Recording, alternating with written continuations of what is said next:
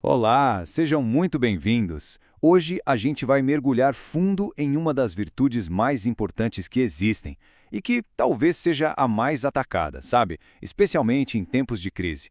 É ela, a esperança, que serve de alicerce para a vida espiritual quando parece que o chão está tremendo debaixo dos nossos pés. E a grande pergunta que vai guiar toda a nossa conversa hoje é exatamente esta. No meio das tempestades da vida, daquelas crises espirituais, onde tudo fica escuro, meio sem sentido, o que é que segura a alma? O que impede que ela simplesmente afunde? E a resposta, segundo a tradição cristã, está toda contida nessa imagem poderosa da carta aos Hebreus. A esperança não é só um sentimento bom, um otimismo vago, não. Ela é descrita como uma âncora. É essa metáfora da âncora que vai ser o nosso guia para entender o que é e principalmente o que não é a verdadeira esperança. Ok, então vamos lá.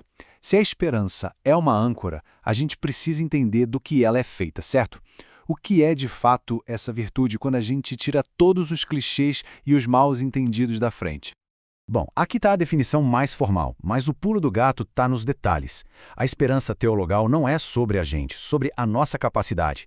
O objetivo dela, o destino final, é a vida eterna. E a base, o fundamento dela não é a nossa força, mas sim a fidelidade de Deus.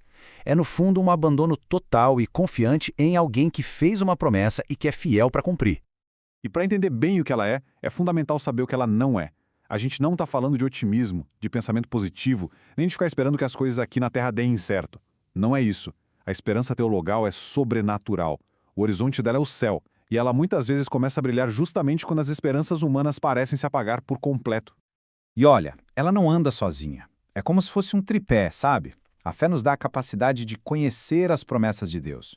A esperança, por sua vez, nos faz desejar essas promessas com toda a alma. E a caridade, que é o amor, nos faz viver um pedacinho dessa vida eterna desde já, amando a Deus e ao próximo aqui e agora. Uma coisa não se sustenta sem as outras. Agora vamos para um ponto super importante. Como é que essa âncora pode se soltar? A esperança se perde por dois caminhos totalmente opostos, mas que são igualmente perigosos. Porque, no fundo, tanto um quanto o outro distorcem a imagem de Deus. Aqui estão os dois naufrágios da esperança. De um lado, o desespero. É quando a pessoa olha tanto para o próprio erro que o transforma em algo absoluto e acaba negando a misericórdia de Deus. E isso, veja bem, não é humildade, é orgulho ferido. Do outro lado, a gente tem a presunção. É quando se olha para a misericórdia de Deus de um jeito superficial, leviano, e se nega a sua justiça. Basicamente, um diz, meu pecado é tão grande que Deus não pode perdoar. E o outro diz, eu sou tão bom que nem preciso de perdão. Os dois extremos são perigosos. E além desses dois, existe um inimigo mais sutil, mais silencioso, a assédia. É aquele desânimo espiritual, sabe? Um cansaço da alma, uma espécie de tédio com as coisas de Deus que leva pouco a pouco ao abandono da oração. Não é um ataque direto, é mais como uma ferrugem que vai corroendo a corrente da âncora devagarinho, sem fazer barulho. Então, tá. O que fazer quando a tempestade chega com tudo? Quando a alma se sente nesse deserto? Uma crise espiritual não é um sinal de que Deus nos abandonou. Pelo contrário, por mais estranho que pareça, é um convite a uma esperança mais pura, uma esperança sem o apoio de sentimentos ou de seguranças humanas. Certo, então como segurar essa âncora na prática? Primeiro, esperar sem sentir. É um ato de fidelidade pura. Segundo, olhar para a cruz. É o maior exemplo de confiança no Pai no meio do abandono total. Terceiro, se agarrar com unhas e dentes à palavra de Deus.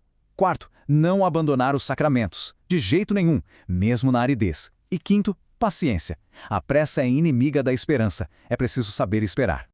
E esse ponto aqui é absolutamente fundamental. A eficácia de uma confissão ou de uma comunhão não depende do que a gente está sentindo no momento. A graça de Deus age de forma objetiva. Resumindo, os sacramentos funcionam mesmo que os sentimentos não deem sinal de vida.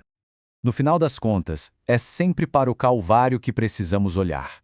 Lá, sem nenhuma consolação, sem nenhum sinal de vitória aparente, Jesus entrega seu Espírito nas mãos do Pai. Essa é a esperança no seu estado mais puro, mais radical. É a prova definitiva de que mesmo na noite mais escura, a confiança em Deus não só é possível, como é vitoriosa.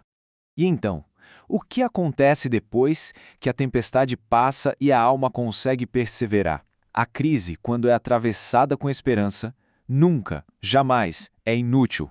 Ela sempre, sempre produz frutos. E que frutos são esses? A alma aprende a depender só de Deus, e não mais das próprias forças ou dos sentimentos. Ela abandona aquelas falsas seguranças que tinha antes. A esperança dela se purifica de todo egoísmo. E no fim de tudo, ela encontra uma paz que o mundo não pode dar. Uma paz que nasce dessa confiança que foi provada no fogo. E tudo se resume a isso, como diz o salmista. O desespero nega a misericórdia, a presunção abusa dela. Mas a esperança verdadeira, essa se âncora na misericórdia. O fundamento final de toda a nossa confiança é que em Deus existe misericórdia e uma redenção abundante, sempre à nossa disposição. E isso tudo nos leva a uma pergunta final, para uma reflexão pessoal.